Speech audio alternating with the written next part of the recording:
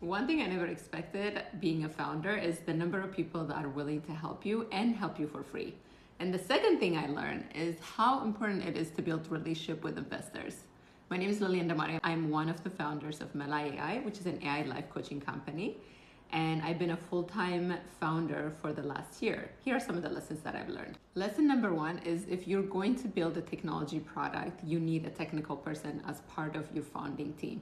If you don't have that, I would significantly encourage you to actually hire someone to play that part until you find the right person. Now, for us, thankfully, we actually know people and they were able to help us and without pay and experts in the space, right? But we also ended up hiring a lot of interns, and that experience, unfortunately, was not a smooth experience at all. And so if I were to go back and do this again, I would look for a technical co-founder, which we are currently going to be looking for. So if you're technical and interested in AI and life coaching, let me know. The second one is while hiring people for free, actually, I don't even know if that's considered hiring, while adding people to your team where they are working for free is amazing and low-key unheard of, you actually still have to be very selective and very picky because one, the process of hiring is still gonna be the same. You're gonna have to figure out what you need, post the job, put it out there, interview people, hire them, onboard them, make sure they're doing their job, make sure you're developing them and coaching them. And when things don't work out, you have to make sure that you're firing them. And one of the things that we had to learn really fast is when somebody is not the right fit, you have to let them go and you have to let them go fast. The next lesson that I learned is that not only do you need to be considerate of your company's runway, but you need to be considerate of your runway. As a founder, like who's accustomed to being in tech and making six figures, coming out of that and doing this for free, we're bootstrapping, we're paying for everything. Not only considering the payment for Mela, but considering for my actual life, maintaining, my mortgage, maintaining my bills and stuff. One of the things I learned though, even though I have saved and I have, enough to last X amount of time, it actually took way longer than expected to get our product into market. And so I should have planned better and I should have actually had way more money. And so if you're gonna jump full time and be a founder, you need to be really considerate of your personal financial runway, not just the company's. The next thing is really around mistakes. You're going to make mistakes and you just need to be okay.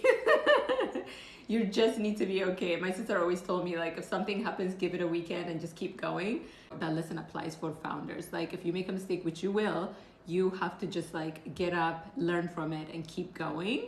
And just know that like that's not an outlier of experience. You're gonna make a lot of mistakes, especially if this is your first round of becoming a founder. The other thing is you really have to have hope. You have to have hope and faith. So it's one thing to look at the market and see if there's in fact a market that you can penetrate. It's another thing to actually just have faith that you're the right person to do this, right? And so I do believe that that we all come up with relatively similar ideas. It's about the execution. How do we execute it? How fast do we execute it?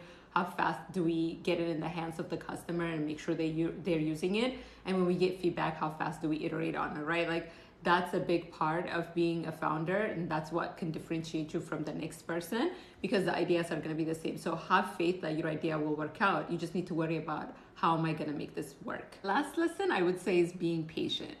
Like this last year really taught me to be way more patient than usual. And I wish that for everybody, but it's definitely something I had to learn by actually like through life experiences instead of just like deciding on this character I'm gonna have, right? And so be patient with yourself, be patient with your team. There's a fine line between going fast and failing, learning and growing, and also being patient with yourself. You wanna make sure you protect not just your heart and your investments, but also your psyche. If you guys are in the founder space, I would love to hear some of your the mistakes that you made, lessons that you've learned, how you're going about it. And if you're interested in this kind of content, I'm going to keep sharing here on my YouTube. So follow me.